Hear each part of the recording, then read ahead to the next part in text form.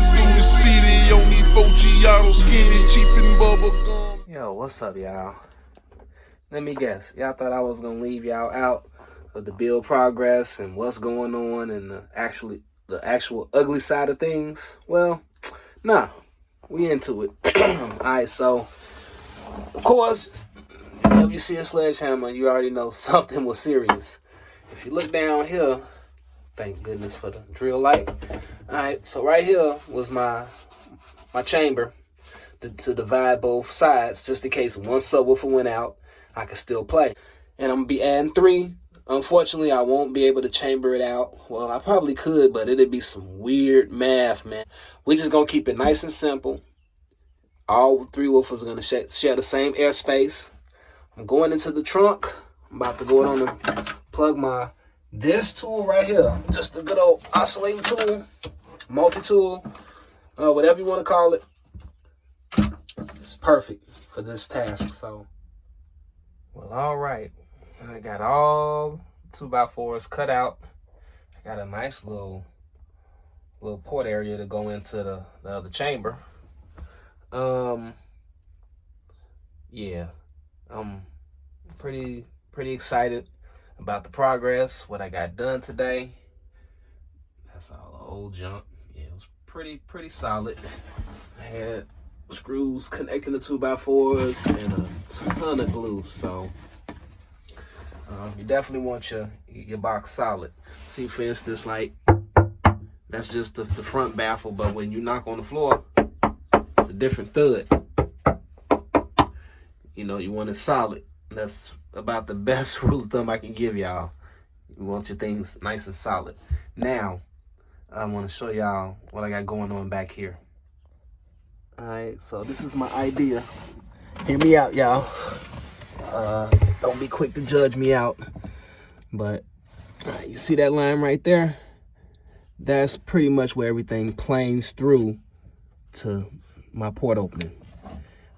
Basically, I'm covering all this up. I'm using the inside of this as space, as well as I'm putting a piece of backing right here at the bottom, going straight. It's gonna be a piece of wood that goes straight across the bottom. I'm PLing it, screwing it in, probably from the inside out, because I don't think I'll be able to get my drill down in. Either way it go, I'm gonna make that happen. And then once I get that, I'll be able to take this piece right here, a little bit of angle work here, lots of angle work. And this piece sits down. I had to cut my false floor back. But this piece sits down and it's gonna come up flush to the line, and y'all can kind of get an idea of what I got going on here. Okay, so I'm building the box straight up and going straight in. And I'm gonna catch the angles on my sides and the whole 9 yards. And I'm gonna make it happen. And that's pretty much all. That's pretty much it. So I'm gonna go on, and I could probably do my sides too now I'm sitting here with this camera. Kind of gives me a different perspective. Oh yeah. This right here is definitely getting routed.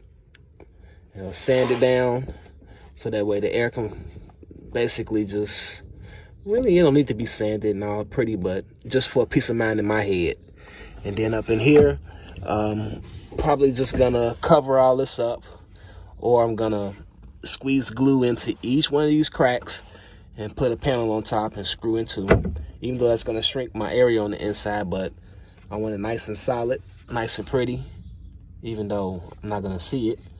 And yeah, so let me get to going a little bit more. I probably got about 30 more minutes of sunlight before this project is a wrap for the day.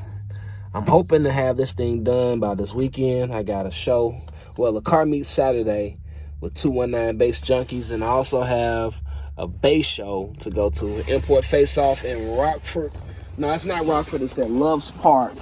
It's from I believe 10 o'clock to 6 o'clock. I believe that's the time. You guys can look it up. But let's get it going. I need to put a V2 right there. It's gonna be version 2. All right, so this is pretty much what I'm trying to achieve right here. You know, opening, and then of course just a little bit more space here. So pretty much like I'm building a box into the trunk. All I'm trying to do is catch all my angles. I got the one going down. I ain't gonna be able to screw. I'll probably be able to screw in from this side, you know, from inside the car down into my backing strip that I'm gonna put underneath this. And then I'm gonna put a flange, you know, just cut a strip, and I'll be able to screw into the box. But I'm thinking about doing it on the outside versus the inside. If I do it on the inside, it'll be clean. It won't look like, you know, it won't look crazy. Well, it won't look crazy from the outside, but it'll be cleaner on the inside, and pretty much the same amount of strength. This whole area right here is getting fiberglass and resin. You know, fiberglass, chop mat, resin, sand it a little bit, call it a day. I just want the strength. And then right here where my seams join, fiberglass, of course, and resin. Y'all already know. Same story back here. I'm thinking about double layering it, but I'm not sure yet. This is just basically an extra chamber. It just needs to be airtight. Yeah, I will be creating a lot of pressure. If I was to brace the box real good, maybe a brace going straight up, straight across, it should stop the box from flexing. That's really all I'm trying to stop. So that's my idea. So I gotta go finish up this panel right here. I gotta go to the store and get some more lumber. But yeah, so far I'm really happy with how this is turning out. Stay tuned, much more to come. Peace and baby.